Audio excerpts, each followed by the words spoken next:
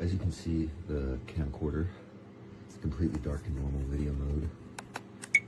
Switch it over, you get more of that. You see there's kind of like a little ring. And then, let me just real quick, snap on. As you can see, you get a more full, brighter image with that IR sensor. But there is a couple of dim / non-working lights, as you can see. But I mean, overall, it's really bright. And again, let me just turn it off. It's a little janky, again, because of the knob thing, but see how much darker it gets? Then you got that tunnel vision effect. So it's definitely useful.